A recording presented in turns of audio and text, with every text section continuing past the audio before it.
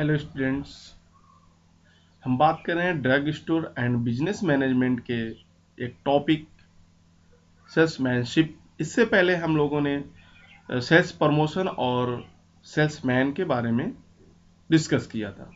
आज हम सेल्समैनशिप के बारे में डिस्कस कर रहे हैं। मैं हूं सलाहुद्दीन। हम बात करेंगे सेल्समैनशिप की। हम आगे बढ़ते हैं। सेल्समैनशिप बिजनेस सेल्स का बिजनेस का सेल्स जो होता है वो लाइफ ब्लड होता है। जैसे हमारे बॉडी में लाइव रहने के लिए ब्लड की जरूरत होती है, वैसे ही बिजनेस को लाइव रहने के लिए, बिजनेस के जिंदा रहने के लिए सेल का होना जरूरी है। क्योंकि कोई भी प्रोडक्ट इसलिए बनाया जाता है कि हम उसको सेल कर सकें। उसका पर्पज होता है कि हम प्रॉफिट अर्न कर सकें।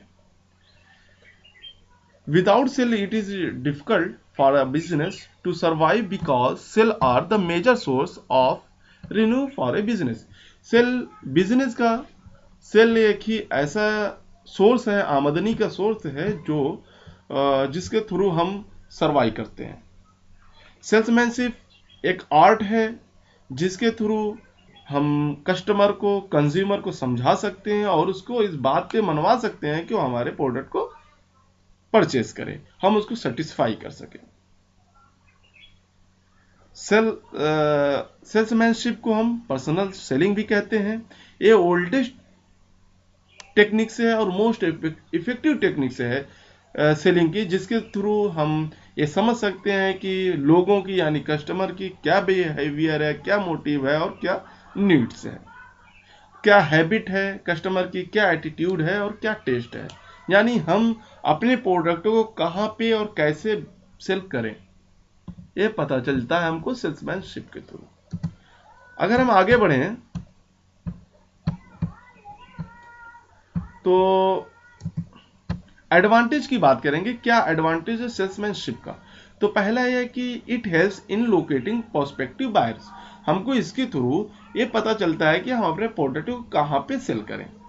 दूसरी है कि इसके थ्रू यानी सेल्समैनशिप के थ्रू ये चीज हमें पता चलती है कि हम न्यू प्रोडक्ट की जो डिमांड है उसको कैसे क्रिएट कर सकें। फीडबैक हमको मिलता है, प्रोवाइड होता है फीडबैक कि कस्टमर या कंज्यूमर के क्या बिहेवियर है, क्या एटीट्यूड है, क्या नीड है। इसी के थ्रू यानी सेल्समैनशिप के थ्रू जो कंज्यूमर के डाउट और ऑब्जेक्शन यानी क्वेश्चंस होते हैं उसको रिमूव किया जाता है। ये हेल्प करता है प्रोडक्ट के डेमो कराने में, ये हेल्प करता है एक रिलेशनशिप डेवलप करता है कस्टमर के साथ और कंज्यूमर के साथ consultant as a consultant act करता है। और सेल्समैनशिप एक इमीडिएट बाइंग एक्शन शो करता है। सेल्समैनशिप यानी सेल्समैन जब वो उसका प्रमोट करता है तो एक ऐसे पॉइंट आता है कि सेल अचानक इमीडिएट ज्यादा हो जाती है। अगर हम बात करें स्टेप्स की, कौन कौन से ऐसे स्टेप्स हैं जो सेल्समैनशिप में यूज होते हैं। कुछ सेलिंग प्रोसेस हैं। पहला है pre sale preparation, prospecting, approaching, presentation, dealing with objection, closing the sale and follow up. हम इसको एलोबरेट करेंगे नेक्स्ट स्लाइड से। पहला है प्री सेल प्रिपरेशन, यानी सेल से पहले की क्या प्रिपरेशन है। तो मैं बताऊं कि सेल से पहले की प्रिपरेशन ये है कि एक पर्सन को हम सिलेक्ट करेंगे जिसको हम कहते हैं सेल पर्सन या सेल्समैन। उसको सिलेक्ट करेंगे, उसको ट्रेनिंग करेंगे, उसको मोटिवेट करेंगे कि वो दोस्तों को कैसे मोटिवेट किया जाता है, अपने प्रोडक्ट को कैसे सेल किया जाता है। ये पहला स्टेप होता है पर्सनल सेलिंग का, जिसको हम कहते हैं सेल्समैनशिप। सेल्समैन को ट्रेनिंग में उसके प्रोडक्ट के बारे में बताया जाता है, उसके कस्टमर के बारे में बताया जाता है, कंपटीटर के बताया जाता है, टेक्निक्स ऑफ सेलिंग के बारे में बताया जाता है। दूसरा आता है प्रोस्पेक्टिंग, यानी सेल्समैन सेलेक्ट कर लिया गया। अब हमारा क्या होता है कि हम किस एरिया में, किस लोकेशन में अपने प्रोडक्ट को ज्यादा सेल होगा हमारा प्रोडक्ट। तो इसको आइडेंटिफाई कैसे करते हैं? जो पिछला रिकॉर्ड होता है, जो पिछले एक कंपनी पिछला रिकॉर्ड रखती है, वो पिछला रिकॉर्ड जो होता है, वो प्रेजेंट रिकॉर्ड जो होता है, उसके थ्रू कस्टमर आइडेंटिफाई किया जाता है, कस्टमर कौन कहाँ पे पोटेंशियल बायर मिलेंगे। फिर थर्ड पॉइंट आता है अप्रोचिंग। अप्रोचिंग आइडेंटिफाई करने के बाद, लोकेशन आइडेंटिफाई करने के बाद अप्रोचिंग आता है। अप्रोच, सेल्समैन अपने बारे में अपना इंट्रो देता है, अपने प्रोडक्ट के बारे में बताता है, अपने मैन्युफैक्चरर के बारे में बायर से बताता है, और उसका जो वे होता है, बात करने के वे होता है, वो पोलाइट होता है, कस्टमर से अच्छे से बात करता है और अपने अंदर पेशेंस रखता है। फोर्थ पॉइंट है presentation. After approaching, after introduce the self and product manufacturer, present the product presentation, salesman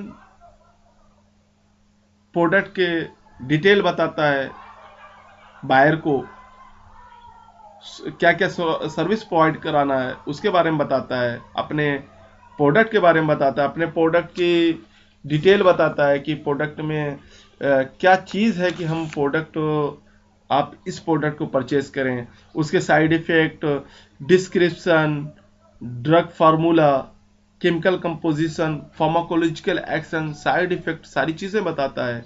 सबसे इंपॉर्टेंट चीज़ होती है कि जब वो कोई पॉइंट बिजनेस या फिर सेलिंग पॉइंट या फिर एडवाइस देता है तो उसको हेजिटेशन नहीं होना चाहिए, और no argument with customer, customer के साथ कोई आर्गुमेंट नहीं करना।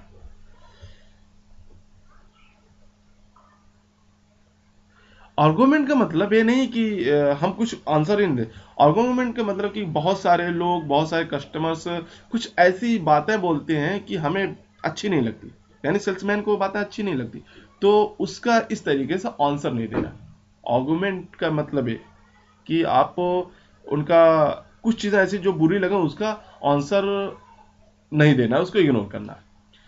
फिफ्थ पॉइंट है डीलिंग विथ ऑब्जेक्शन, यानी आफ्टर द प्रेजेंटेशन कुछ क्वेश्चंस आएंगे, उस क्वेश्चन का वेलकम करना, और क्वेश्चन मोस्टली प्राइस, क्वालिटी और डिज़ाइन ही से होते हैं मोस्टली एक, और उनका आंसर अच्छे से देना कि हमारी प्राइस अगर ज़्यादा है तो क्यों है, क्वालिटी हमारी अच्छी है, हमारी डिज़ाइन अच्छी है। लास्ट उसके बाद है क्लोजिंग द सेल। उसके बाद हम सेल्समैन जो होता है वो इतना मेकअप कर देता है माइंड को कि कस्टमर उसको परचेज कर लेता है, और कस्टमर खुश होता है कि हमने राइट प्रोडक्ट चूज किया है। अब लास्ट आता है फॉलो अप, यानी उसका फॉलो अप लेना। रिटेल फार्मेसी में कस्टमर से फॉलो अप लेना तो पॉसिबल नहीं है, बट रिप्रेजेंटेटिव सप्लायर से या स्टॉक होल्डर से या रिटेलर से फॉलो अप लेते हैं कि हमारा प्रोडक्ट जो है वो उनका क्या इमेज बन रही है और क्या अभी उसका रिस्पॉन्स आ रहा है। तो ये छोटा सा टॉपिक था जिसमें हमने स्टेप्स बताया, स्टेप्स इन सेलिंग प्रोसेस, और एडवांटेज बताया, डेफिनेशन बताया सेल्समैन की। ये छोटा सा टॉपिक है जिसको हमने बताया, अभी डिस्कस किया। उम्मीद है कि आपको समझ में आया होगा। आप कमेंट करें, लाइक करें। Thank you everyone.